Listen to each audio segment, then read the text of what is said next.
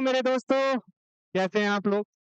I hope आप सब अच्छे होंगे और मन लगा के पढ़ाई कर रहे होंगे। जैसा कि आपको पता है कि केमिकल बॉन्डिंग हम पढ़ रहे थे और केमिकल बॉन्डिंग में जो हमारा अगला टॉपिक है, जो हम पढ़ने वाले हैं, वो है डायपोल मोमेंट के बारे में। हमने आज तक जो पढ़ा है, हमने कौन-कौन से टॉपिक अब तक पढ़ लिए, मैं आपको वो बता देता हूँ। हमने पहला टॉपिक पढ़ लिया अपना बॉन्डिंग क्या होती है, बॉन्डिंग के टाइप्स कितने होते हैं, strong bond and weak bond. Bonding जो है वो स्ट्रॉन्ग बॉन्ड, आयनिक बॉन्ड क्या होता है, कोवेलेंट बॉन्ड क्या होता है, कोऑर्डिनेट बॉन्ड क्या होता है। वीक बॉन्ड में हमने क्या पढ़ा, हाइड्रोजन बॉन्डिंग क्या होती है और वैन डर वाल्स फोर्सेस पे क्या होते हैं। तो इन जनरल हमने बॉन्डिंग की पूरी क्लासिफिकेशन पढ़ रखी है। हमें बॉन्डिंग के बारे में सब कुछ आ जाएगा अब, और आई गारंटी यू कि you will be able to solve maximum number of questions if you look at the lectures carefully. Okay, so right now I'm going to teach you what is dipole moment and how can we calculate dipole moment of the different compound. Okay, तो dipole moment में basics बताऊंगा जो आपके syllabus के अंदर है, उसके बाद हम इसके अगले टॉपिक पे आ जाएंगे। ठीक है, डायपोल मोमेंट के बाद। ठीक है, तो दोस्तों डायपोल मोमेंट हम स्टार्ट करते हैं, उसके बाद हम कुछ क्वेश्चंस करेंगे, डायपोल मोमेंट के भी करेंगे और केमिकल बॉन्डिंग के भी कुछ क्वेश्चंस हम करने वाले हैं। तो डायपोल मोमेंट होता क्या है हमारा? देखो, डायपोल मोमेंट कुछ है नहीं।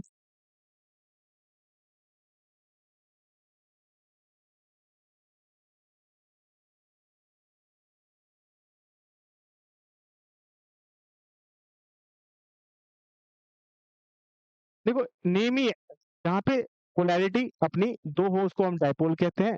तो डायपोल मोमेंट होता है चार्ज इनटू डिस्टेंस। ये होता है दोस्तों charge into distance, Q into D, charge into distance, इसको कहते हैं हम dipole moment. And dipole moment is represented by mu, ये म्यू से रिप्रेजेंटेड होता है। उसके बाद it is a vector quantity, it is a vector quantity,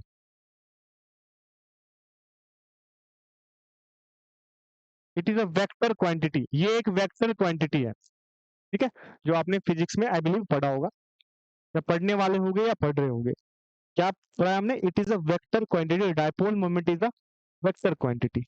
और डायपोल मोमेंट का रिजल्टेंट निकालने का तरीका भी वेक्टर की तरह ही होता है। Mu one is mu net equal to under root mu one square plus mu two square plus two mu one mu two cos theta. I believe आपको ये पता होगा, बट इतना इसमें इतना जानने की हमें जरूरत नहीं पड़ेगी इतनी डिटेल्स में। बट ये वेक्टर क्वांटिटी है, ये एक्सप्लेन करता है चीजों को कि इसका कोई ना कुछ रिजल्टेंट आएगा। दो वेक्टर का रिजल्टेंट पता नहीं आता, पढ़ाया होगा सर ने पैरेललोग्राम लॉ वगैरह। तो वेक्टर क्वांटिटी है ये डायपोल मोमेंट की। हम सीधा मुद्दे की बात करते हैं कि डायपोल मोमेंट को हम कैसे लिखते हैं, क्यों लिखते हैं और किस लिए लिखते हैं।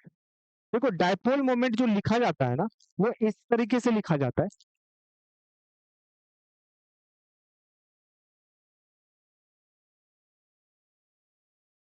तो डायपोल मोमेंट कैसे होता है?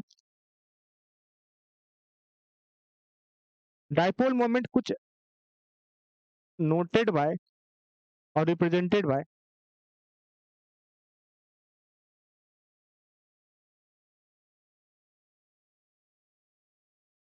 ये कैसे रिप्रेजेंट करना है अपने को?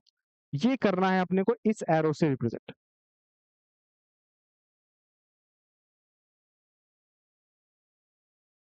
ठीक है, ये एरो क्या दिखाता है?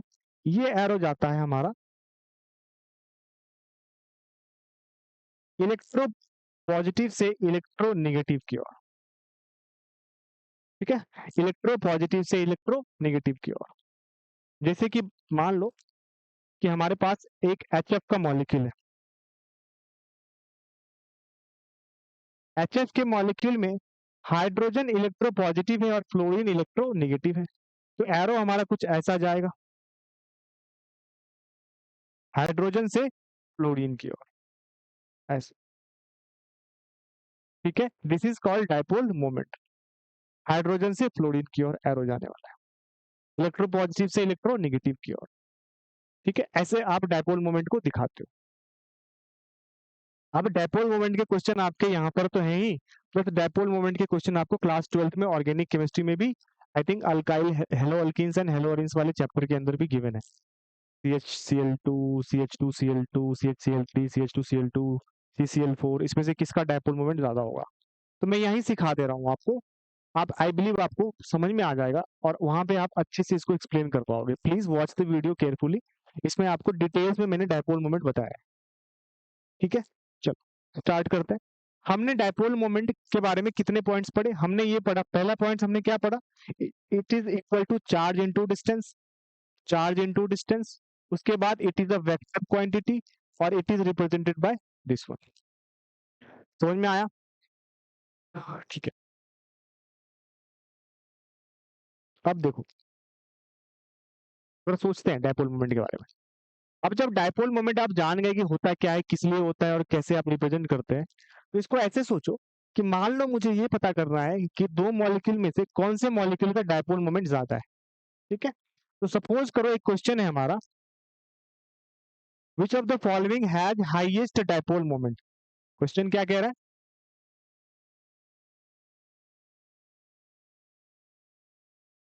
विच ऑफ द फॉलोइंग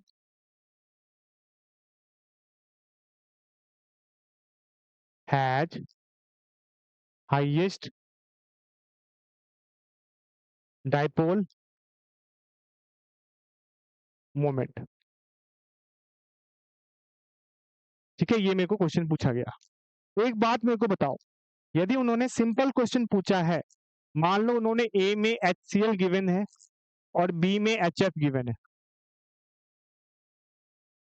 तो मुझे पता है कि Cl और F है, तो सिंस F मेरा ज्यादा इलेक्ट्रोनेगेटिव है तो पोलैरिटी ये ज्यादा क्रिएट करेगा, ये मेरा थोड़ा पोलैरिटी कम क्रिएट करेगा। तो if this is μ1 and this is μ2, then we can easily say कि μ2 इज ग्रेटर देन μ1। ये तो बहुत आसान क्वेश्चन हो गया, इस लेवल का क्वेश्चन आपको पूछता भी नहीं है। बट आपको मैंने एक कॉमन सेंस की बात बताई कि कैसे आप डायपोल मोमेंट देखते हो। अच्छा, ये हाइड्रोजन है, इसको म्यू मत समझना, ठीक है?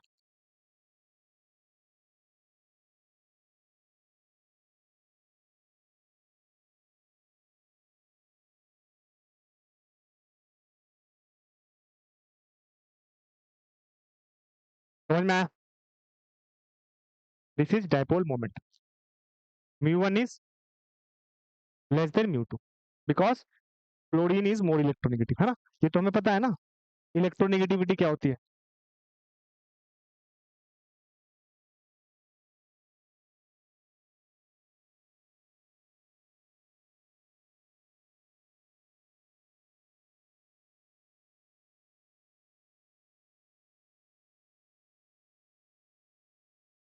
इलेक्ट्रोनेगेटिविटी किसकी ज्यादा होती है?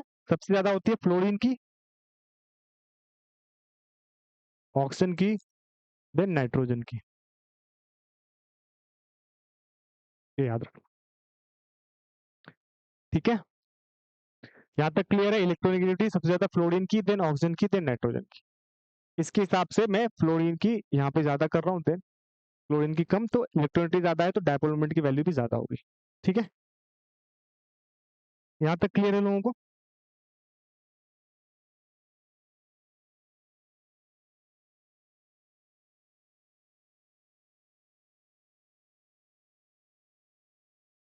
ठीक है, μ1 है और μ2 है। μ2 की वैल्यू ज्यादा होगी μ1 से। ठीक है, क्या आपको समझ में आ गया ये क्वेश्चन? ठीक है, अगले क्वेश्चन की बात करते हैं। मान लो उन्होंने हमसे पूछा, थोड़ा मैं लेवल ऊपर कर रहा हूँ, थोड़ा टफ क्वेश्चन दे रहा हूँ, डायपोल मोमेंट क्वेश्चन के थ्रू सॉल्व कर रहे हैं। सेकेंड क्वेश्चन सपोज पूछा गया है,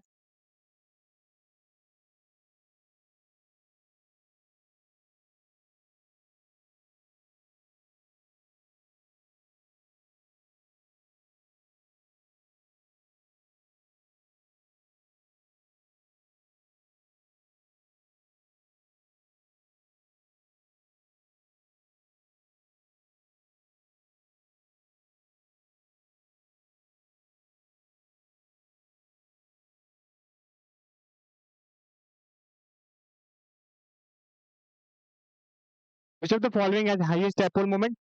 ये बहुत अच्छा क्वेश्चन है, पी ब्लॉक एलिमेंट में ये क्वेश्चन पूछा गया है।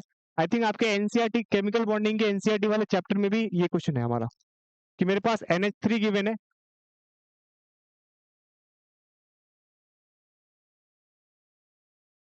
और मेरे पास NF3 है। मेरे को ये बताना है किसकी डायपोल मोमेंट की वैल्यू ज्यादा है, NH3 की ज्यादा होगी या NF3 की ज्यादा होगी। ठीक है, चलो let us solve this question.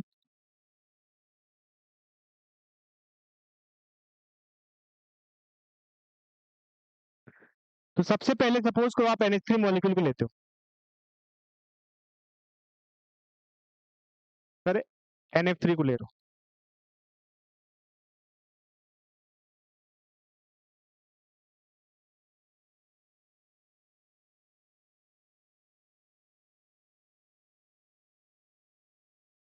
ठीक है, ये मेरा NF3 मॉलिक्यूल है। अब मैं NF3 मैंने ये बनाया, तो मैं क्या करने वाला हूं, हर एक एलिमेंट से, जैसे नाइट्रोजन का फ्लोरीन से, फिर नाइट्रोजन का फ्लोरीन से, फिर नाइट्रोजन का फ्लोरीन से, मैं ये चेक करूंगा कि किसकी पोलैरिटी ज्यादा है। मैंने आपको ये बता रखा है दोस्तों कि इलेक्ट्रोनेगेटिविटी जिसको कि जो कि शेड पेयर ऑफ इलेक्ट्रॉन को अट्रैक्ट करने की पावर होती है, वो फ्लोरीन का ज्यादा होता है, देन ऑक्सीजन का, देन नाइट्रोजन का। ये तो हमने अच्छे से पढ़ा हुआ है। अब इस कॉन्सेप्ट को यहाँ यूज करेंगे। पहली चीज मुझे ये बताओ कि फ्लोरीन और नाइट्रोजन में ज्यादा इलेक्ट्रोनेगेटिव कौन है, सामने से फोन देखो, है ना, फ्लोरीन ज्यादा इलेक्ट्रोनेगेटिव। तो नाइट्रोजन और फ्लोरीन के केस की बात करेंगे तो डायरेक्शन कुछ ऐसा आ जाएगा।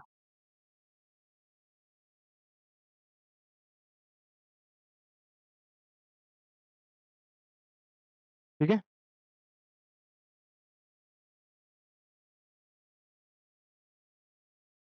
नाइट्रोजन और फ्लोरीन में से फ्लोरीन की ज्यादा इलेक्ट्रोनेगेटिविटी होती है, तो एरो का डायरेक्शन फ्लोरीन की ओर आ गया।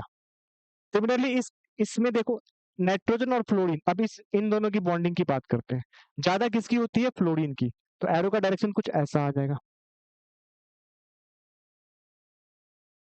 इन दोनों में ज्यादा किसकी होती है, फ्लोरीन की, तो एरो का डायरेक्शन कुछ ऐसा आ जाएगा। तो हमने नाइट्रोजन और फ्लोरीन के तीनों का केस देख लिया कि हमने नाइट्रोजन और फ्लोरीन में सबसे ज्यादा इलेक्ट्रोनेगेटिविटी होती है फ्लोरीन की, तो हमने फ्लोरीन की ओर एरो डाल दिया, इसमें भी हमने एरो डाल दिया, इसमें हमने एरो डाल दिया। अब देखो लोन पेयर की ओर हमेशा डायरेक्शन होता है बॉन्डिंग का, ये मैं लिख देता हूं कि डायपोल मोमेंट का डायरेक्शन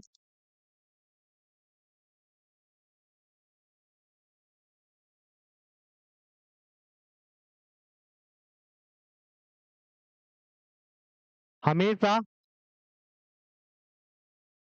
लोन पेयर की ओर होता है। किसकी ओर होता है, लोन पेयर।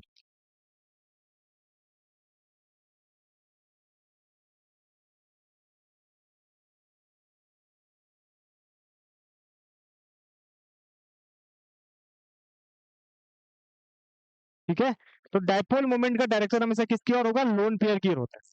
तो मतलब नाइट्रोजन और इस लोन पेयर में ज्यादा किसकी होगी, लोन पेयर की ओर हम डालेंगे, मतलब इधर डालेंगे। समझ में आ गया, यहां तक क्लियर है? क्या सबको समझ में आया? मैंने ये NF3 का बना दिया और मैं इसको लिख रहा हूँ μ1 और μb लिख रहा हूँ सपोज करो।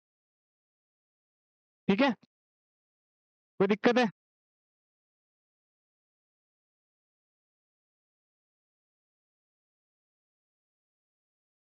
सबने लिख दिया ये? मैं इसको इरेज कर रहा हूँ बिकॉज मुझे यहाँ पे NH3 का बनाना पड़ेगा।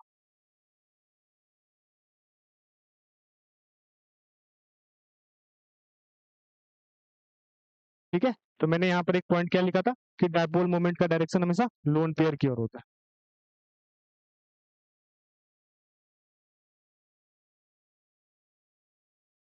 है ना, dipole moment direction is towards lone pair, is towards lone pair, ये लोन पेयर की ओर हम डालेंगे, इसलिए मैंने ये लिखा। अब हम NH3 का भी बनाते हैं।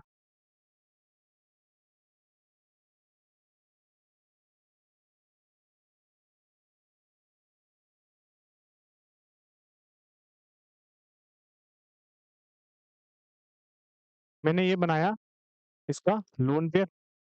ठीक है, चल अब चेक करते हैं इसका। अब आप मेरे को एक बात बताओ, इस नाइट्रोजन और इस हाइड्रोजन में ज्यादा इलेक्ट्रोनेगेटिव कौन है? देखो फोन, क्लोरीन ज्यादा इलेक्ट्रोनेगेटिव होता है, देन ऑक्सीजन, देन नाइट्रोजन। तो नाइट्रोजन और हाइड्रोजन में तो नाइट्रोजन ही इलेक्ट्रोनेगेटिव होगा।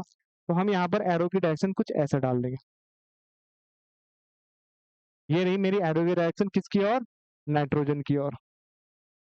और यहाँ पर भी मैंने एरो की डायरेक्शन क्या डाली है, नाइट्रोजन की ओर ही डाली है, बिकॉज नाइट्रोजन ज्यादा इलेक्ट्रोनेगेटिव है। और यहाँ पर भी मैंने नाइट्रोजन की ओर ही डाली है। ठीक है।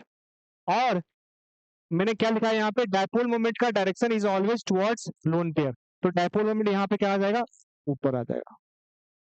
तो ये यदि ये म्यू बी है और ये यदि म्यू ए है, तो एक बात बताओ किसका डायपोल मोमेंट आपको ज्यादा लग रहा है। देखो यहाँ पर 3 नीचे जा रहे हैं और 1 ऊपर जा रहे हैं, मतलब कैंसल आउट तो करेंगे कुछ। 3 की पोलैरिटी नीचे जाएगी, 1 की पोलैरिटी ऊपर जाएगी, तो कुछ ना कुछ तो कैंसल आउट करेंगे। यहाँ पर सारे के सारे ऊपर ही जा रहे हैं, सारे के सारे ऊपर जा रहे हैं, डायपोल मोमेंट ऐड ऑन हो जाएगा। वेक्टर क्वांटिटी है, ये भी ऊपर, ये भी ऊपर, इधर से ये भी ऊपर, इधर से ये भी ऊपर। तो since dipole moment is a vector quantity, तो मतलब यहाँ पर चारों का dipole moment between nitrogen and hydrogen and between nitrogen and the lone pair एक ही डायरेक्शन में जा रहा है। तो दैट मीन्स कि डायपोल मोमेंट इज ग्रेटर। यहाँ पर क्या कर रहे हैं, एक अपोज कर रहे हैं, 3 तो सपोर्ट कर रहे हैं फ्लोरीन के डायरेक्शन में और एक अपोज कर रहे हैं, मतलब कुछ ना कुछ तो कैंसल आउट होगा ही यहाँ। तो यहाँ पर डायपोल मोमेंट ज्यादा होगा और यहाँ पर डायपोल मोमेंट कम हो जाएगा। तो उस केस में क्या आप ये बोल सकते हो कि dipole moment of mu B is less than dipole moment of mu A. तो मतलब मैं क्या बोल सकता हूं, mu B is less than mu A, मतलब डायपोल मोमेंट किसकी ज्यादा होगी, म्यू ए की। समझ में आया, इजी है।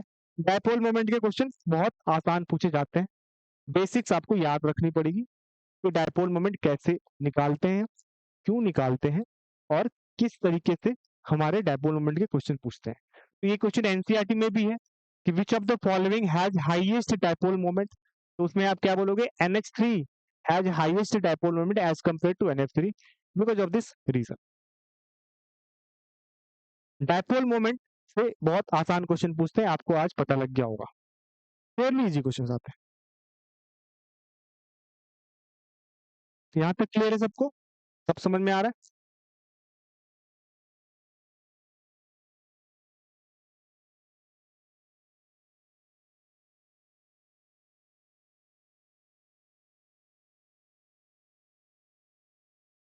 सपोज करो हमारे पास 2 कंपाउंड है,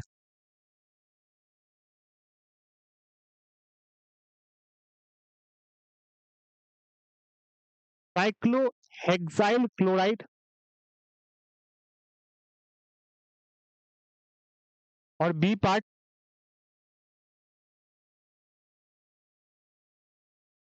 क्लोरोबेंजीन। मेरे को पूछ रहा है कि किसकी ज्यादा पोलैरिटी होगी, किसकी ज्यादा बॉइलिंग पॉइंट होगी, या किसका ज्यादा डायपोल मोमेंट होगा। ये क्वेश्चन मेरे से पूछ रहा है। उससे पहले हम एक क्वेश्चन सॉल्व करते हैं, नाइस क्वेश्चन है। बट सपोज करो कि हम एक क्वेश्चन सॉल्व कर रहे हैं, उसके बाद इस क्वेश्चन पे आएंगे। डायपोल मोमेंट मुझे बताना है, ए पार्ट दे रखा है मेरा,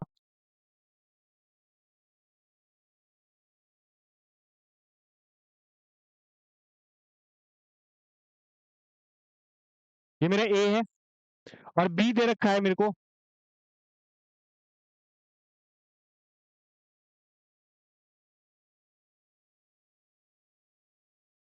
ठीक है। ए पार्ट मुझे पता है और बी पार्ट मुझे पता है। अब मेरे को ये बताना है कि ए और बी में किसकी डायपोल मोमेंट ज्यादा है और किसकी डायपोल मोमेंट कम है। देख लीजिए क्वेश्चन, बहुत आसान क्वेश्चन है। तो कई सारे बच्चों को दिमाग लगाओगे तो समझ में आ जाएगा। पहला केस देखो, क्या ये कार्बन और इस क्लोरीन के बीच में ये डायरेक्शन ऊपर की ओर जाएगी, because chlorine being more electronegative. क्या ये नीचे की ओर बनेगा, क्या ये इस डायरेक्शन में बनेगा, और यहाँ पर भी सेम होगी, ये इस डायरेक्शन में जा रही है और ये इस डायरेक्शन में जा रही है। तो देखने से तो भाई ये ज्यादा लग रहा है मेरे को, बट यहाँ पे एक चीज देखना, क्या इसकी क्वांटिटी कुछ ना कुछ आ रही है, ज्यादा क्या लग रहा है अभी देखो दिखाता हूँ, कुछ खतरनाक चीज होने वाली है। देखो ये वेक्टर क्वांटिटी है, तो इस डायपोल मोमेंट और इस डायपोल मोमेंट का रिजल्टेंट नीचे की ओर आएगा। This is resultant, this is resultant, और ये रिजल्टेंट नीचे की ओर आ रहा है, इसका मतलब ऊपर और नीचे दोनों अपोजिट डायरेक्शन में जा रहे हैं। तो एक दूसरे को कैंसल आउट करेंगे, इसीलिए μ1 की वैल्यू यहाँ पर 0 हो जाएगी।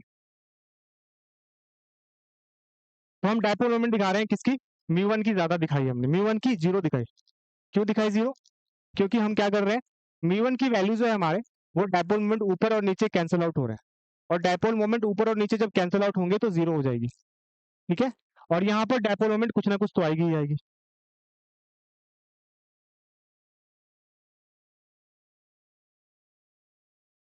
डायपोल मोमेंट कुछ ना कुछ तो आएगी ही आएगी। ठीक है, तो इसका मतलब क्या है, यदि आपके पास ए है और बी है, तो और आपको डायपोल मोमेंट पूछा जा रहा है,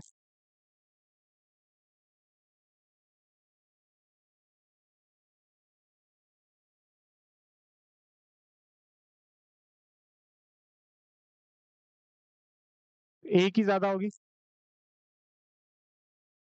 ठीक है, बिकॉज बी का डायपोल मोमेंट क्या रहा है, कुछ ना कुछ आ रहा है, और एक कैंसल आउट हो रहा है, ऊपर नीचे कैंसल आउट करेंगे हम, है ना, इसका डायरेक्शन में ऊपर, इसका डायरेक्शन में नीचे। ठीक है, तो ऑलवेज आप ये कंसिडर करो कि जब हमसे क्वेश्चन पूछा जा रहा है, तो क्या उस वेक्टर का कुछ ना कुछ रिजल्टेंट आ रहा है क्या? यदि उस वेक्टर का कुछ ना कुछ रिजल्टेंट आएगा, दैट मीन्स कि वो क्वांटिटी क्या होगी, 0 हो जाएगी। तो कंपेयर करने आपसे पूछ सकता है, ए और बी का डायपोल मोमेंट आप कंपेयर करो। सिमिलरली हमने ये क्वेश्चन देखा था कि हमारे पास साइक्लोहेक्साइल क्लोराइड है और हमारे पास क्लोरोबेंजीन है। साइक्लोहेक्साइल क्लोराइड और क्लोरोबेंजीन में से हमें ये पूछा गया है किसकी डायपोल मोमेंट की वैल्यू ज्यादा होगी और किसकी डायपोल मोमेंट की वैल्यू कम होगी। इसको हम ऐसे पढ़ें कि पोलैरिटी किसकी ज्यादा होगी या पोलैरिटी किसकी कम होगी, या फिर बॉइलिंग पॉइंट किसकी ज्यादा होगी या किसकी कम होगी। हाईएस्ट बॉइलिंग पॉइंट ए और बी में से किसका ऑप्शन सही होगा, cyclohexyl chloride and chlorobenzene. Cyclohexyl chloride and chlorobenzene में से which of the following has the highest dipole moment, this is the question। ठीक है दोस्तों, तो एक बात ध्यान से देखना, साइक्लोहेक्साइल क्लोराइड है और क्लोरोबेंजीन है। सबसे पहली चीज तो आप इसका स्ट्रक्चर ड्रॉ करो और फिर कंसीडर करो कि भाई कौन कौन से एटम है।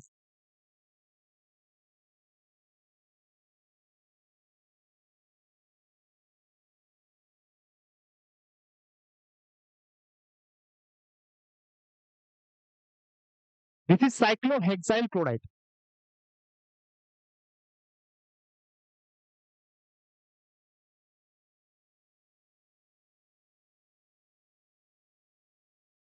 And this is chlorobenzene.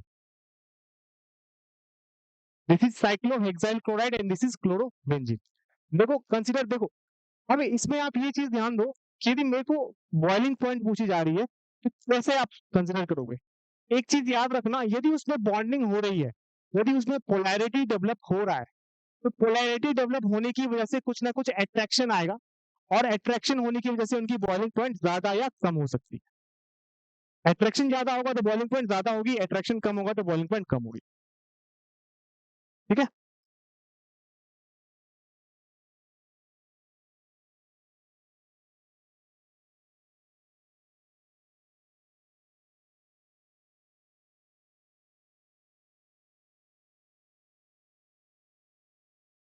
Carbon chlorine, इसके बीच में, इसके बीच में देखना है, सिमिलरली इनके बीच में देखना।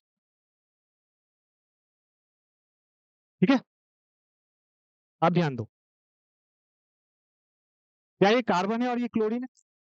अब इस कार्बन का हाइब्रिडाइजेशन जो है वो क्या है, एक बात याद रखो, यदि कार्बन के यहां पर कितने बॉन्ड आपको नजर आ रहे हैं इस बॉन्ड लाइन फॉर्मूले में, क्या आप इसको ऐसे लिख सकते हो, this is carbon, this is CH2, this is CH2,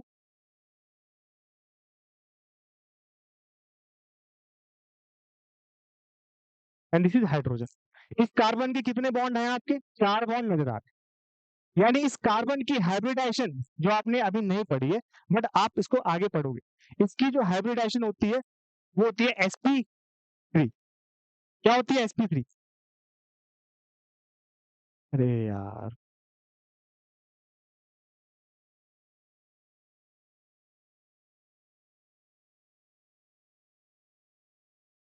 sp3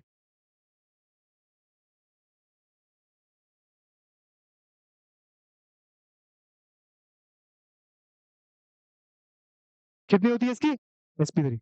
अब ये sp3 हाइब्रिडाइज्ड कार्बन है और ये जा रहा है क्लोरीन के पास, विच इज ऑल्सो sp3। तो अब क्या होगा, यदि इसका डायपोल मोमेंट की बात करूं तो मैं ये देखता हूं ना कि भाई ये तो sp3 है और sp3 कम इलेक्ट्रोनेगेटिव होता है एज कम्पेयर टू क्लोरीन, तो डायपोल मोमेंट की डायरेक्शन ये क्लोरीन की ओर लेके जाएगा, क्लोरीन की ओर। यदि मैं पोलैरिटी की बात करूं तो पोलैरिटी क्लोरीन की ओर जाएगी, क्लोरीन की ओर पोलैरिटी जाएगी, तो डायपोल मोमेंट का डायरेक्शन कुछ ऐसा आएगा।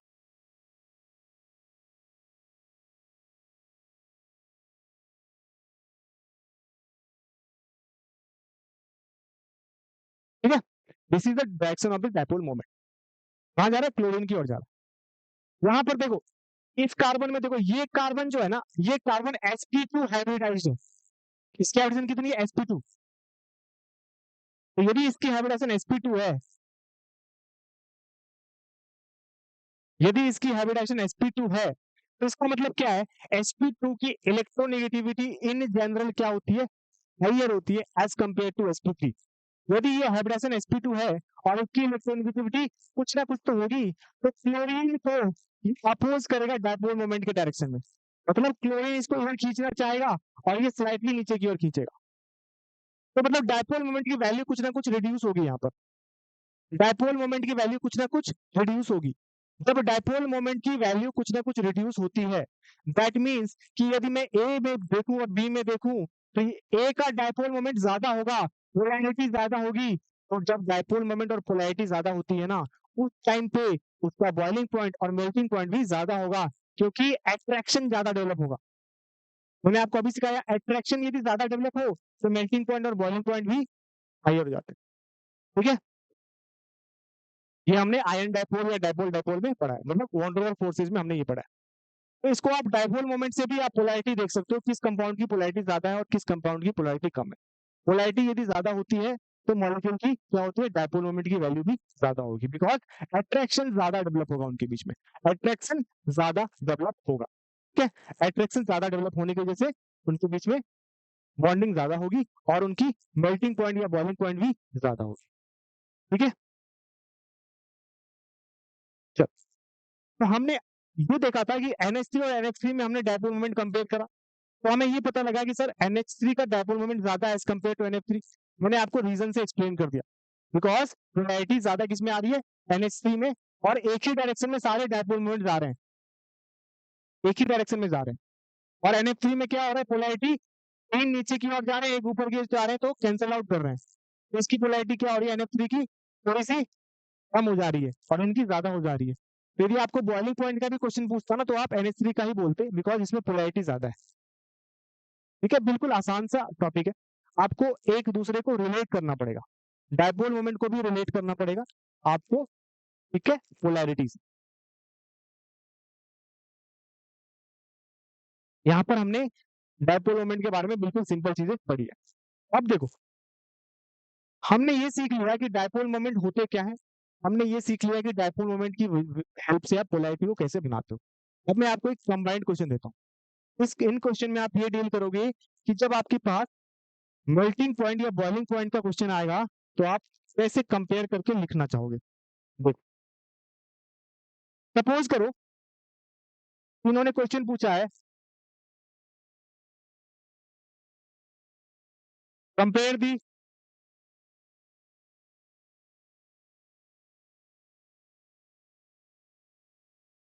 Melting point and boiling point, compare the melting point and boiling point, compare the melting point and boiling point. अब इसको आप, तो मैं एक एग्जांपल देता हूँ, क्वेश्चन दे रहा हूँ कि मान लो कि मेरे पास H2 है, बी वाले पार्ट में मान लो कि मेरे पास कार्बन मोनोऑक्साइड है, सी वाले पार्ट में मान लो कि मेरे पास कार्बन डाइऑक्साइड है, और डी वाले पार्ट में मान लो कि मेरे पास HCN है। ध्यान से देखना, थोड़ा ट्रिकी क्वेश्चन हो जाता है ये, थोड़ा टफ है, बट इसको हम कंपेयर करके सोचते हैं। कह रहा है कि melting point and boiling point को मुझे कंपेयर करना है। आप इसको ऐसे सोचो, H2O मॉलिक्यूल मेरा क्या कुछ ऐसा होगा,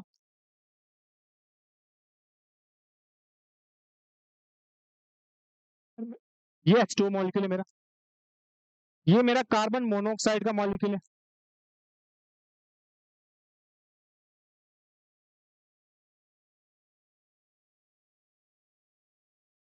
ये मेरा CO2 का मॉलिक्यूल है और ये मेरा HCN का मॉलिक्यूल है। देखो, जब भी आपको बॉइलिंग पॉइंट को पता करना हो या मेल्टिंग पॉइंट, बॉइलिंग पॉइंट आपको सपोज करो पता करना हो, तो आप क्या करोगे? ऑलवेज याद रखना, हाइड्रोजन बॉन्डिंग जो होती है ना, वो स्ट्रॉन्ग बॉन्ड होता है। मतलब हाइड्रोजन बॉन्डिंग वीक बॉन्ड है, but as compare to weak bond, hydrogen bond और वन डर वाल फोर्स में कंपेयर करो तो हाइड्रोजन बॉन्ड की ज्यादा होगी वो।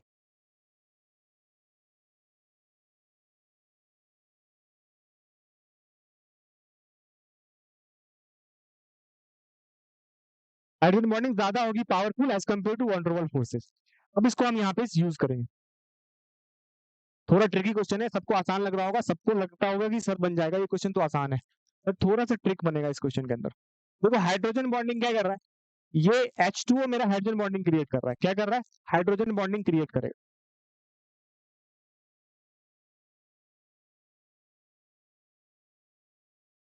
H बॉन्ड आ रहा है यहाँ पर, ठीक है। H2O में क्या हो रहा है? हाइड्रोजन बॉन्डिंग क्रिएट हो रही है। इनके बीच में एक डाइपोल अट्रैक्शन क्रिएट हो रहा है, तो ये डाइपोल डाइपोल है। ध्यान से देखो, ये डाइपोल डाइपोल है, ठीक है। इसमें देखो, ये इधर खींच रहा है, ये इधर खींच रहा है, इसमें डाइपोल मोमेंट की वैल्यू क्या है? 0 है,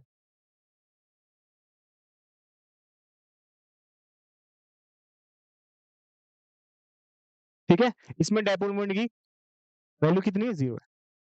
पोलैरिटी 0 होगी, नॉन पोलर कंपाउंड हो गया। और इसमें क्या हो रहा है? देखो भाई, इसमें H बॉन्ड क्रिएट नहीं करेगा, because hydrogen atom is not directly attach to the chlorine, oxygen और नाइट्रोजन।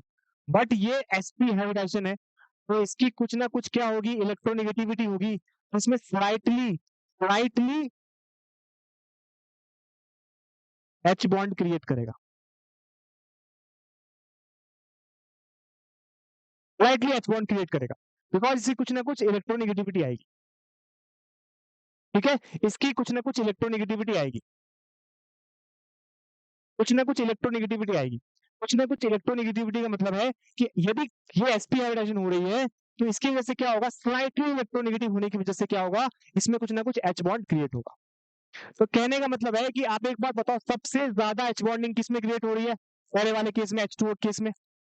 उसके बाद H बॉन्डिंग D वाले के केस में। यदि मुझे कंपेयर करना हो, यदि मुझे कंपेयर करना हो दोस्तों, तो मैं कैसे कंपेयर करूंगा? तो मैं कैसे कंपेयर कर रहा हूं? ए बी सी और डी में सबसे ज्यादा एच बॉन्डिंग किसमें हो रही है? ए में, तो सबसे ज्यादा बॉइलिंग पॉइंट किसकी होगी? ए की होगी। उसके बाद एच बॉन्डिंग के बाद आपको क्या देखना है? क्या कोई वन टू वन फोर्स लग रहा है? देखो, एच बॉन्डिंग इसमें लग रही थी और एच बॉन्डिंग डी में भी लग रही थी, अरे स्लाइटली बट लग तो रही थी ना, तो उसके बाद क्या होगा? डी आएगा। अब देखो, वंडरवल फोर्स के लिए पहले वाले केस में क्या है? डाइपोल डाइपोल का अट्रैक्शन है, तो ये बेटर है। और सी वाले केस में क्या है? लंडन फोर्सेज है, इंड्यूस्ड डाइपोल नॉन पोलर है। बी में क्या है? डाइपोल डाइपोल का अट्रैक्शन है, और सी में लंडन फोर्सेज का बॉन्डिंग है। तो लंडन फोर्सेज वीकर होती है as compare to dipole dipole, तो ज्यादा स्ट्रॉन्ग बॉन्डिंग किसमें होगी? बी में होगी। उसके बाद लंडन फोर्सेज सबसे ज्यादा, दैट इज सी।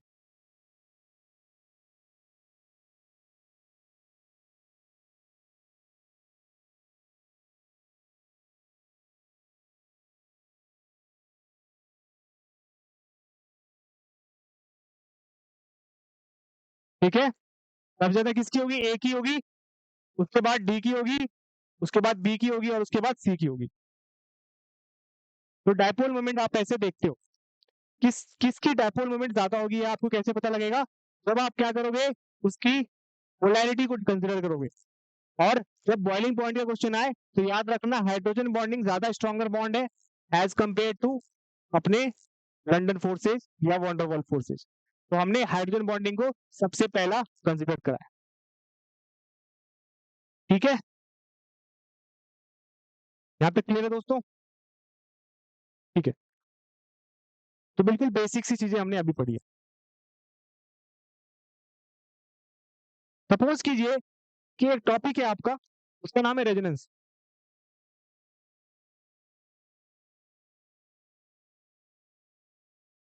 रेजोनेंस वो क्या होता है, ये भी आपका एक टॉपिक आता है इसमें। देखो, जब मान लो कि मुझे CO3 2 माइनस को रिप्रेजेंट करना है,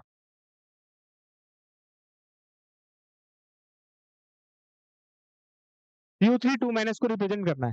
अब आप CO3 2 माइनस को कैसे रिप्रेजेंट कर सकते हो, या तो इस तरीके से लिखो, या फिर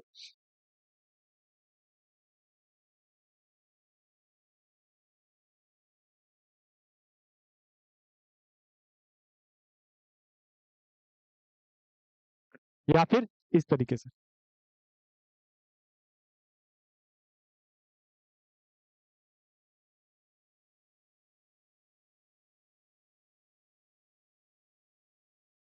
तो ये आपने ये CO3 2 माइनस को लिखा है, तो CO3 2 माइनस को हमने इस तरीके से लिखना स्टार्ट किया है। तो जब एक ही स्ट्रक्चर मॉलिक्यूल के सारे प्रॉपर्टी को एक्सप्लेन करने में इनसफिशिएंट हो, तो हमें एक्चुअल स्ट्रक्चर जो है वो हाइब्रिड के थ्रू रिप्रेजेंट करते हैं, जिसको हम रेजोनेंस हाइब्रिड कहते हैं, और इस प्रोसेस को हम रेजोनेंस कहते हैं।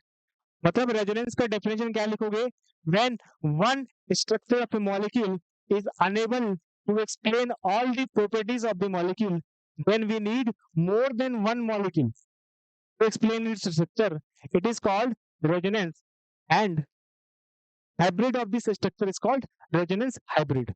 यदि मुझे इसका रेजोनेंस हाइब्रिड बनाना होता तो मैं कैसे बनाता, ये कार्बन और इसके ऊपर चार्ज क्या आएगा, पार्शियली डबल बॉन्ड सब में है, और टोटल नंबर ऑफ मॉलिक्यूल कितना है भाई, 3 है, -2/3, -2/3 and -2/3। This is actually formal charge. तो मैंने क्या करा, ये फॉर्मल चार्ज कैसे कैलकुलेट करा, एक मॉलिक्यूल पे कितना चार्ज है divide by total number of molecule कितने हैं, तो -2/3, -2/3 एंड -2/3। तो रेजोनेंस क्या होती है, when one structure of a molecule is unable to explain all the properties of the molecule, then we need more than one structure, which is called resonance structure.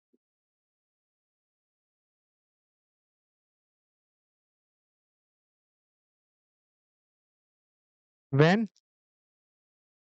one structure of a molecule is unable to explain all the properties of the molecule, is unable to explain all the properties, all the properties, then we need resonance. तब हमें किसकी जरूरत पड़ेगी, resonance की।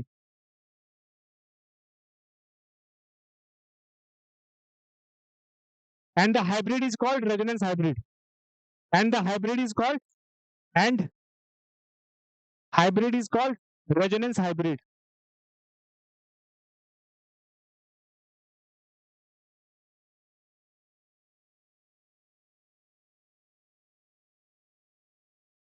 तो ये सारे structure resonance structure कहलाएंगे, और ये हाइब्रिड कहलाएगा रेजोनेंस हाइब्रिड, और ये हाइब्रिड कहलाएगा रेजोनेंस हाइब्रिड, और ये हाइब्रिड कहलाता है resonance hybrid.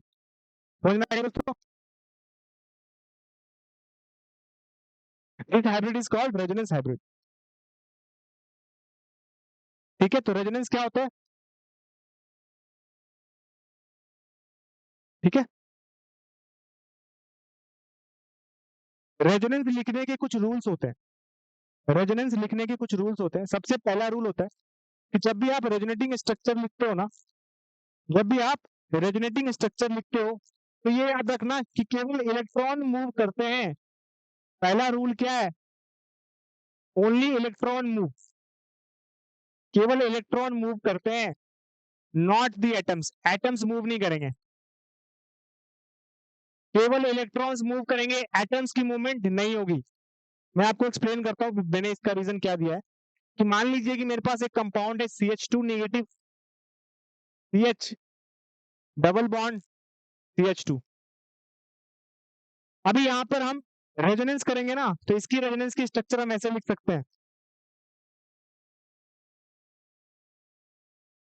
CH2 double bond CH2 negative, this is called resonance. तो यहाँ पे देखो केवल इलेक्ट्रॉन मूव कर रहे हैं, ये वाला जो इलेक्ट्रॉन है ये पहले ये इस कार्बन से निकल के इस कार्बन पे आ गया। जब केवल इलेक्ट्रॉन मूव करने चाहिए, इसमें एटम्स मूव नहीं करेंगे। पहली प्रॉपर्टी तो ये हो गई। दूसरी प्रॉपर्टी क्या होती है?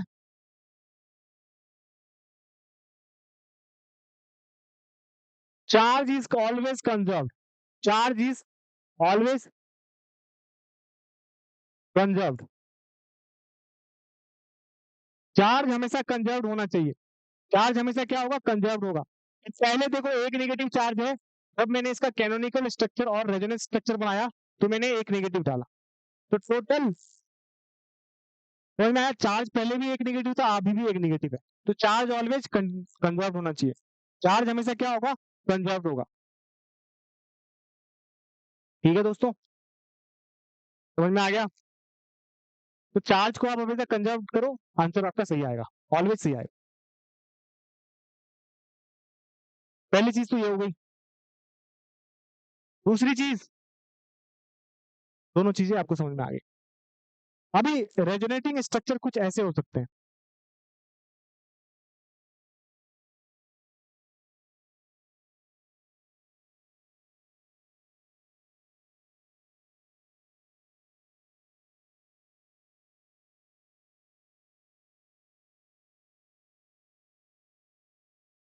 रेजोनेटिंग स्ट्रक्चर कुछ ऐसे हो सकते हैं।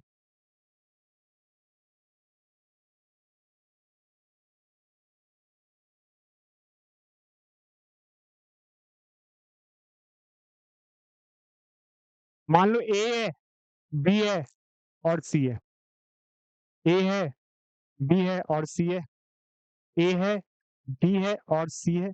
इसको मैं ऑर्गेनिक में दोबारा पढ़ाऊंगा, बट अभी के लिए समझो।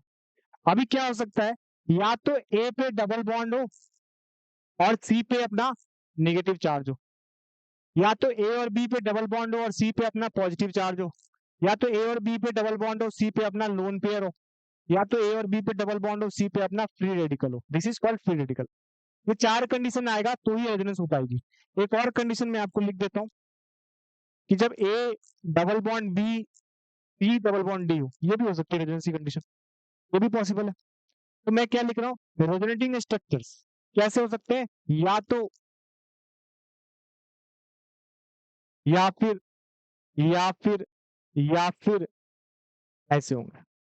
तो मैंने आपको टोटल टोटल 5 रेजोनेटिंग स्ट्रक्चर, कोई भी क्वेश्चन एक आता है कि which of the following will do resonance, कौन सा कंपाउंड रेजोनेंस कर सकता है? ये कैसे देखोगे? रेजोनेटिंग स्ट्रक्चर देख के, किस कंपाउंड की रेजोनेंस हो सकती है और किस कंपाउंड की रेजोनेंस नहीं हो सकती है। तो यहाँ पर जब भी कोई ऐसा कंडीशन दिखेगा तो वहां पर रेजोनेंस पॉसिबल है। मैं आपको एक दो एग्जांपल देता हूँ, डायरेक्ट क्वेश्चन एग्जांपल में दे रखे हैं आपके, क्वेश्चन एनसीईआरटी में पूछा गया है कि CH3 C double bond O H। अब देखो क्या ये रेजोनेंस कर सकता है? बिल्कुल कर सकता है। कैसे चेक करोगे? देखो मैंने क्या बोला था, कंडीशंस, कंडीशंस मैंने क्या क्या लिखाई थी, मैं एक बार कंडीशंस यहाँ सारे लिख देता हूँ।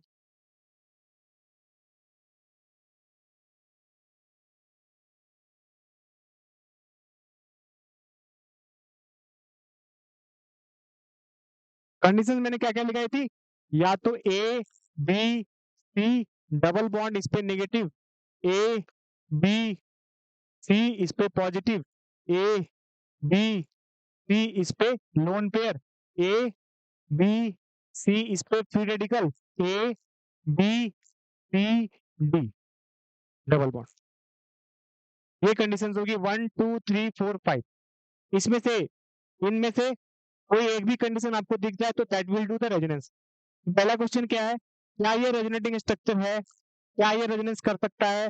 आप चेक करो, देखो डबल बॉन्ड आ रहा है तो अगले एटम पे एक लोन पेयर है, मैंने बोला डबल बॉन्ड और अगले एटम पे लोन पेयर, तो रेजोनेंस करेगी। ये कंडीशन ये सेटिस्फाई कर रही है, always this will do resonance करेगा। ये क्या करेगा? रेजोनेंस करेगा, और इसका रेजोनेंस कुछ ऐसा बनेगा, ये इधर आएगा और ये इधर आएगा। याद रखना, दो इलेक्ट्रॉन इधर आएंगे तो डबल बॉन्ड, और डबल बॉन्ड ऊपर जाएंगे तो निगेटिव चार्ज। तो दो इलेक्ट्रॉन इधर आए तो डबल बॉन्ड, और ये डबल बॉन्ड ऊपर गए तो निगेटिव चार्ज। कितना आसान है। तो कैसे लिखोगे आप? CH3 CO negative double bond OH।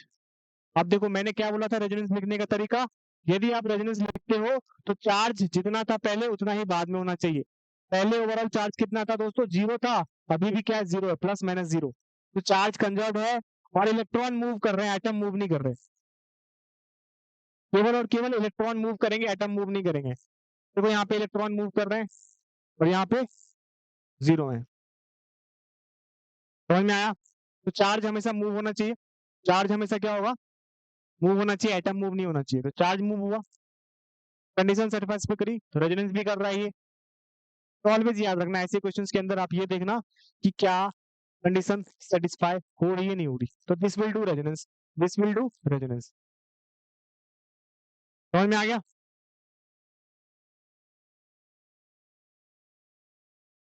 कोई प्रॉब्लम है यहाँ तक? इजी है, बहुत आसान है, रेजोनेंस बहुत आसान है। मान लो कि उन्होंने मेरे से क्वेश्चन पूछा है,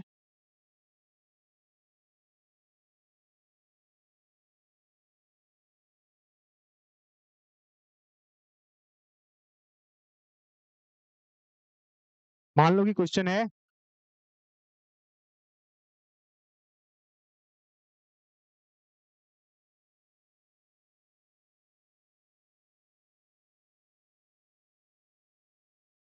ये, क्या ये रेजोनेंस कर सकता है? क्या ये रेजोनेंस कर सकता है? कोई भी रूल सेटिस्फाई हो रहा है क्या इसमें पांचों में से? सर कोई भी रूल सेटिस्फाई नहीं हो रहा। तो this can not do resonance, this is not doing any resonating structure, this will not do any resonance. ये रेजोनेंस नहीं कर सकता, दैट मीन्स कि no resonance is possible here. कोई भी रेजोनेंस नहीं है, no resonance is possible here, no resonance is possible here. यहाँ पर कोई भी रेजोनेंस नहीं है, यहाँ पर कोई भी रेजोनेंस नहीं हो पा रहा, बिकॉज कोई भी कंडीशन को सेटिस्फाई नहीं कर रहा। डबल बॉन्ड के बाद कोई नेगेटिव नहीं है, डबल बॉन्ड के बाद कोई पॉजिटिव नहीं है, डबल बॉन्ड के बाद कोई लोन पेयर नहीं है, और डबल बॉन्ड के बाद कोई फ्री रेडिकल नहीं है, और ऑल्टरनेट डबल बॉन्ड भी नहीं है। तो this is not doing any resonance. ये भी याद रखना कि रेजोनेंस कंडीशन सेटिस्फाई हो रही नहीं हो रही। ठीक है, यहाँ तक क्लियर है? तो ये चीज इंपॉर्टेंट होती है, कई बार हमें ये देखना पड़ता है कि कौन सा कंपाउंड रेजोनेंस करेगा, कौन सा कंपाउंड रेजोनेंस नहीं करेगा। और रेजोनेंस करने का सबसे बढ़िया कंडीशन है, आप ये देखो कि ये पांचों कंडीशन यदि सेटिस्फाई होते हैं तो ही रेजोनेंस पॉसिबल है, अदरवाइज पॉसिबल नहीं है। ठीक है, मान लीजिए कि हमसे क्वेश्चन पूछा गया,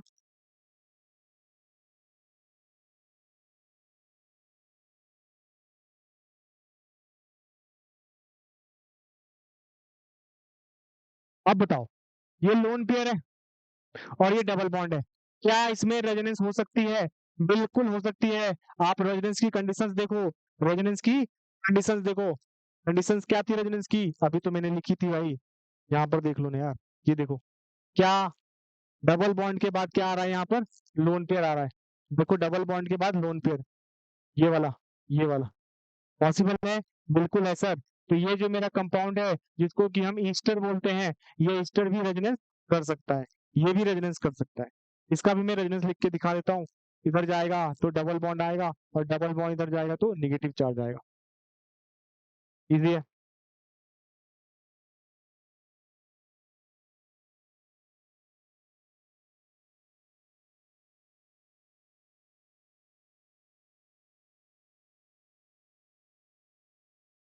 ठीक है, देखो चार्ज कंजर्व्ड है और मैंने रेजोनेंस करके भी दिखा दिया आपको। तो रेजोनेंस करना उतना मुश्किल नहीं होता, रेजोनेंस करना बहुत आसान होता है। कई बार बच्चों रेजोनेंस को एक बना के रखते हैं कि सर रेजोनेंस आ गया, रेजोनेंस आ गया, रेजोनेंस कैसे सॉल्व करेंगे? रेजोनेंस बहुत आसान है, आपको बस ये ध्यान रखना है कि किस किस कंडीशंस में रेजोनेंस हो रही है, किस किस कंडीशंस में आपको ये ध्यान रखना पड़ेगा कि कंपाउंड का स्ट्रक्चर क्या गिवन है। ये स्ट्रक्चर आप हमेशा याद रखना, ये स्ट्रक्चर हमेशा याद रखना। मैंने 5 बताए, बहुत शॉर्टकट में मैंने बताया, 5 बताए हैं, A B C D और A B C D और ये पांचों कंडीशन याद रखो। आप हमेशा चेक कर पाओगे कि कौन सा रेजोनेंस कर रहा है और कौन सा रेजोनेंस नहीं कर पा रहा है। इस 5 कंडीशंस को देख के आपको रेजोनेटिंग स्ट्रक्चर समझ में आ जाएगी। तो रेजोनेंस आपको इजी है, अंडरस्टैंडेबल है, उतना कोई प्रॉब्लम नहीं होगी। ठीक है, तो ये याद रखना आप।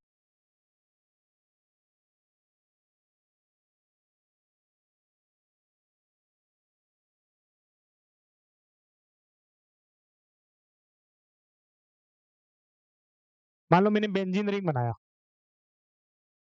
तो ऑब्वियस सी बात है यार, बेंजीन रिंग तो रेजोनेंस कर सकता है, बिकॉज मुझे याद है कंडीशन मैंने बोला था ए बी और सी और D, double bond single bond double bond, देखो double bond single bond double bond single bond double bond alternate आ रहे हैं, this will do resonance. Resonance possible है, बिल्कुल पॉसिबल है, this will do resonance, resonance is possible here, resonance is possible here.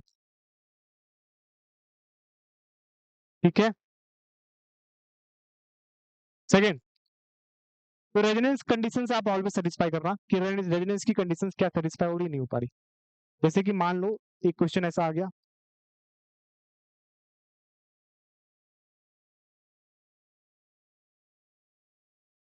ये कोई structure दे रखा है, अब देखो यहाँ पर मैंने क्या करा, डबल, ये तो बेंजीन रहेंगे तो रेजोनेंस करेगा ही करेगा, बट देखो डबल बॉन्ड के कॉन्जुगेशन में एक क्या आ गया, लोन पेयर भी आ गया, मतलब ऐसा कंडीशन हो गया ये ए बी सी, सॉरी,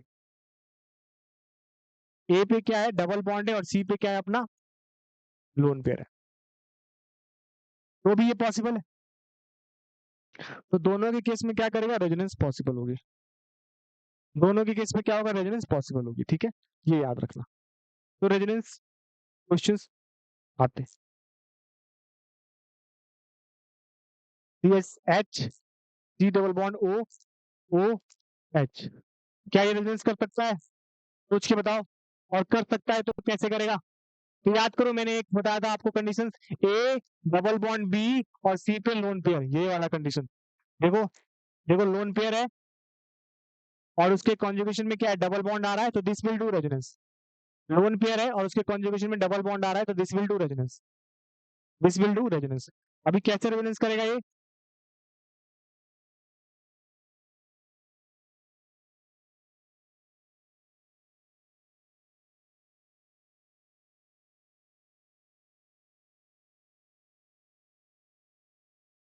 कुछ इस तरीके से रेजोनेंस कर सकता है।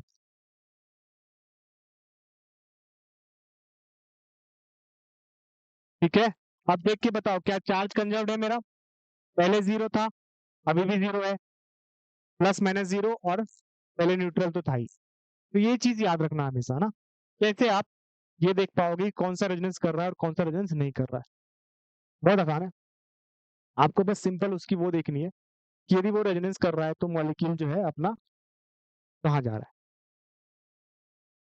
बस ये 5 कंडीशन को आप ऑलवेज याद रखना, इस 5 कंडीशंस को आप ऑलवेज याद रखना, तो आपको रेजोनेंस याद हो जाएगी।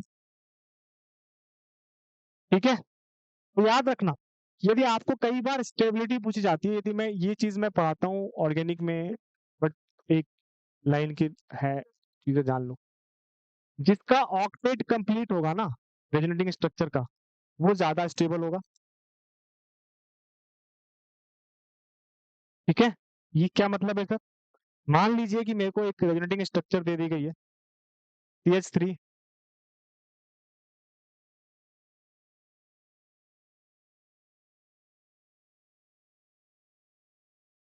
ये मेरे को ऐसा स्ट्रक्चर दे दिया गया रेजोनेंस का, है ना, मेरे को रेजोनेंस करके दिखाना है इनमें, है ना, बिल्कुल आसान क्वेश्चन है, तो मैं क्या करूंगा, मैंने क्या करा, इस डबल बॉन्ड को इधर लेके चला गया, तो कंपाउंड आ गया CH2 double bond CH and CH2 positive.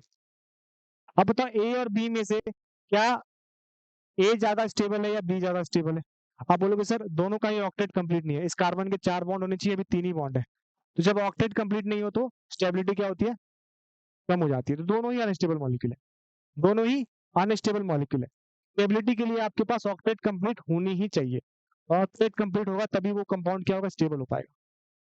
ठीक है, एक क्वेश्चन देता हूँ उससे और क्लियर होगा, मान लीजिए मेरे पास कंपाउंड है CH2 double bond CH single bond CH double bond CH2,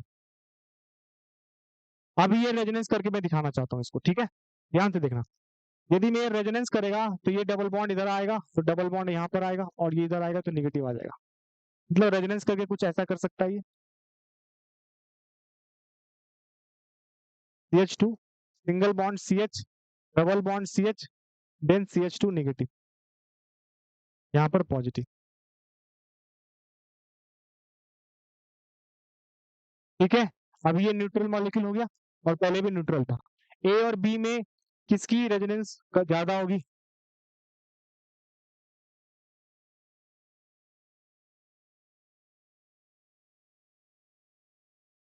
तो रेजोनेंस किसकी ज्यादा होगी?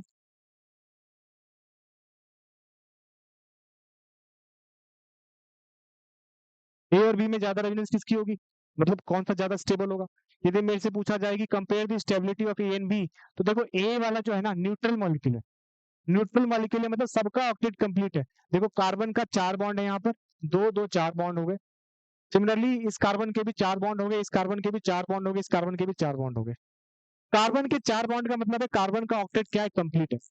कार्बन का ऑक्टेट क्या है यहाँ पर? कंप्लीट है। तो कार्बन का यदि ऑक्टेट यहाँ पर कंप्लीट है, दैट मीन्स कि कार्बन की स्टेबिलिटी भी यहाँ पे ज्यादा होगी। बट इस कंपाउंड को देखो, बी वाले कंपाउंड को देखो ध्यान से, क्या बी वाले का ऑक्टेट कंप्लीट है? बिल्कुल नहीं, बिकॉज 3 ही बॉन्ड बन रहे हैं, 2 1 3। क्या इसके बॉन्ड बन रहे हैं? नहीं, 3 ही बॉन्ड बन रहे हैं। क्या इसके बॉन्ड बन रहे हैं? नहीं, 3 ही बॉन्ड बन रहे हैं। ठीक है, इसके सॉरी 4 बॉन्ड बन रहे हैं, 2 हाइड्रोजन के, एक इधर 3 और एक नेगेटिव चार्ज, टोटल 4। कार्बन को ऑक्टेट कंप्लीट करने के लिए 4 बॉन्ड चाहिए होता है, याद है ना? कार्बन का एटॉमिक नंबर क्या होता है? 6 2 4 कॉन्फ़िगरेशन होगा। 4 इलेक्ट्रॉन चाहिए इसको, और 4 बॉन्ड कंप्लीट करेगा तो ऑक्टेट हो जाएगी। तो इस कार्बन के भी 4 बॉन्ड कंप्लीट है, इस कार्बन के भी 4 बॉन्ड कंप्लीट है, इस कार्बन के भी 4 बॉन्ड है, इस कार्बन के 3 ही बॉन्ड है। तो क्या इसका ऑक्टेट इनकम्प्लीट है? बिल्कुल है सर।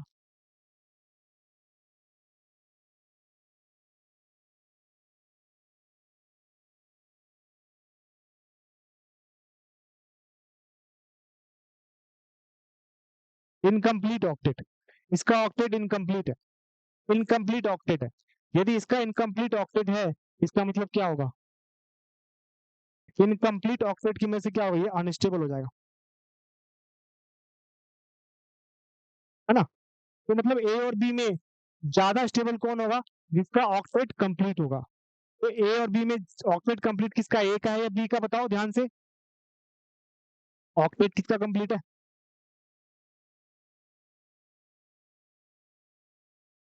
ऑक्टेट कंप्लीट है ए का। तो स्टेबल कौन होगा? ए किससे? बी से। ए बी से ज्यादा स्टेबल है, बिकॉज ए का ऑक्टेट कंप्लीट है। तो मतलब जिस भी कार्बन मॉलिक्यूल में, कार्बन कंपाउंड या किसी भी मॉलिक्यूल का स्ट्रक्चर यदि ऑक्टेट कंप्लीट दे रखा है, तो वो मॉलिक्यूल ज्यादा क्या होगा? स्टेबल होगा। तो यहाँ पे ए, क्योंकि यार ऑक्टेट तो हमने बचपन में ही पढ़ा है ना कि जो मॉलिक्यूल ऑक्टेट कंप्लीट है वो मॉलिक्यूल स्टेबल है। यानी कि लास्ट सेल में क्या आना चाहिए आपका? 8 इलेक्ट्रॉन आना चाहिए। लास्ट वाले सेल में 8 इलेक्ट्रॉन आएगा तो उसका ऑक्टेट क्या होगा? कंप्लीट हो जाएगा। तो जिस भी मॉलिक्यूल का ऑक्टेट कंप्लीट होगा वो मॉलिक्यूल क्या है? ज्यादा स्टेबल है। तो यहाँ पर हमने क्या देखा? किस मॉलिक्यूल का ऑक्टेट कंप्लीट है? पहले वाले मॉलिक्यूल का, तो पहले वाला मॉलिक्यूल ज्यादा स्टेबल है। तो आज के लेक्चर में हमने रेजोनेंस भी पढ़ा है, रेजोनेंस के कुछ कंडीशंस भी देखे थे। मैंने आपको बताया था रेजोनेंस होते क्या है और रेजोनेंस क्यों होते हैं। जब एक स्ट्रक्चर उसके स्टेबिलिटी को एक्सप्लेन करने में इनसफिशिएंट हो, तो हम मोर देन वन स्ट्रक्चर की जरूरत पड़ती है, जिसको कि हम रेजोनेंस कहते हैं। रेजोनेंस की कंडीशंस क्या होती है? मैंने बताया था केवल इलेक्ट्रॉन मूव करेंगे और चार्ज ऑलवेज कंजर्व होंगे। केवल इलेक्ट्रॉन मूव करते हैं और चार्ज ऑलवेज कंजर्व होते हैं। और हमने क्या देखा था? रेजोनेटिंग स्ट्रक्चर कितने टाइप्स की हो सकती है? 5 टाइप की बनेगी ऑलवेज। ये बहुत इंपॉर्टेंट है। ये बहुत इंपॉर्टेंट है क्योंकि जिससे बहुत सारे कंपटीशन में भी क्वेश्चन सॉल्व होंगे और खुद के भी क्वेश्चन सॉल्व होते हैं। तो मतलब रेजोनेंस स्ट्रक्चर कितने होते हैं? 5 होते हैं। 1 2 3 4 और 5। ये 5 कंडीशन सबको ध्यान से देख लेना चाहिए। ए डबल बॉन्ड बी, ठीक है? तो ये 5 कंडीशन जहां भी लगेंगे वहां पे स्टेबल होगा मॉलिक्यूल, सॉरी रेजोनेंस करेगा। तो हमने कुछ क्वेश्चंस देखे थे इनके, और हमने स्टेबिलिटी देखा था कि जिसका ऑक्टेट कंप्लीट है वो ज्यादा स्टेबल है। तो आज की इस लेक्चर में हमने क्या देखा? डायपोल मोमेंट पढ़ा है, और हमने क्या पढ़ा है? रेजोनेंस के बारे में पढ़ा है। ठीक है, जब हम नेक्स्ट लेक्चर में पढ़ेंगे तो हम आगे इस कंपाउंड हाइब्रिडाइजेशंस की बात करेंगे, वैलेंस बॉन्ड थ्योरी की बात करेंगे। ठीक है दोस्तों, तो नेक्स्ट लेक्चर में हम वैलेंस बॉन्ड थ्योरी के बारे में बात करेंगे कि वैलेंस बॉन्ड थ्योरी होती क्या है और वैलेंस बॉन्ड थ्योरी कैसे निकालते हैं। तो हम अगले लेक्चर में मिलते हैं अगली थ्योरी के साथ। तब तक के लिए थैंक यू।